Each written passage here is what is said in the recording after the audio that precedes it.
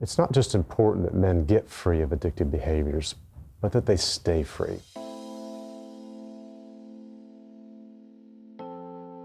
Before I came to Renewed Life Ministries, I'd struggled with addiction my whole life. My name is Valerie Faulkner. I'm married to Derek. Derek went through this program back in 2002. I was homeless. I'd been homeless for 6 months, and the last 3 months I'd been living under a bridge in Atlanta, Georgia, right off the interstate. You know, I got to a place I just couldn't physically go on. I just was unable to move hardly. I know I was physically broken and I was emotionally broken, and called Valerie up on December 27th, 2002. And I said, I need help. I hadn't heard from him in a long time, and basically it was just over, you know. I was glad that he was alive, and he needed some help. He needed somewhere to go. Somehow, both of us made some phone calls, and we found Renewed Life Ministry. I called Basil Adams, and he could hear it in my voice, you know, that I was desperate for change. I'd been to a lot of programs, and I'd learned a lot, but the thing that stuck out to me was the focus on our identity in Christ. And that, I believe, has been the biggest change in my life, is understanding who I am in Christ. My belief about me changed. And when my belief about me changed, then I could tell my behavior began to change. Before, he was all super Christian when he'd come out of a rehab. He knew, he could tell you everything. He knew the word, you know. But I think this time he knew how desperately he needed God. He's more humble this time, just real with people too, tell anybody. God doesn't waste a hurt. And so that verse in 2 Corinthians, I think it's chapter 1, it says the comfort that we've received, we share that comfort with other people. And that's what he wants to do. He is so grateful. He is so grateful.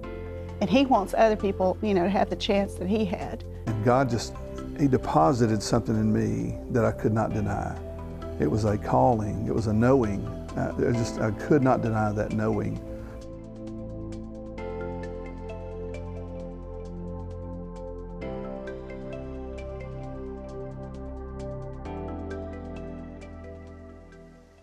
Blake was at his end point before he entered Renewed Life Ministries.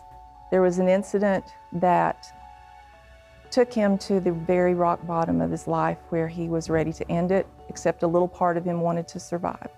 I was skeptical about any program, on how he was going to do it, whether he was going to accept a program, take a program, whether he was going to walk away and do what he wanted to do. I didn't know what we were going to do. One of those people knew about Derek and Derek's program and told me about this. The way Derek handled the programs, handled each of the programs, everyone was accountable for what they were doing.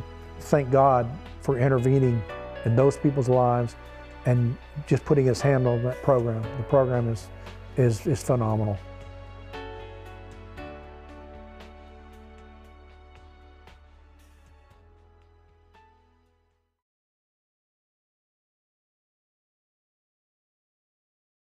Before I came into Renewed Life, I was a drug addict with no hope, no life, and all about myself. Peter was out of control. I was planning his funeral. I was waiting for that phone call that would say, come identify your son's body. I could be dead. Could still be out running, homeless. There's so many different scenarios. He graduated. He became the man that I thought he could always be.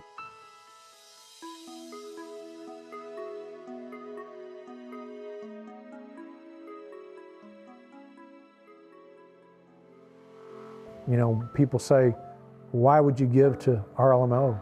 Why wouldn't you give? That's the way I feel now. I just want to say thank you if you are giving to Renewed Life Ministries. If you're thinking about giving to Renewed Life Ministries, it's good soil.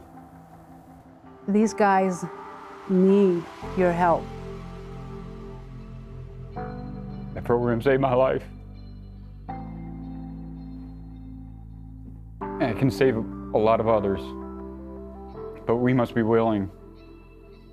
We must deny ourselves, because it's not about us.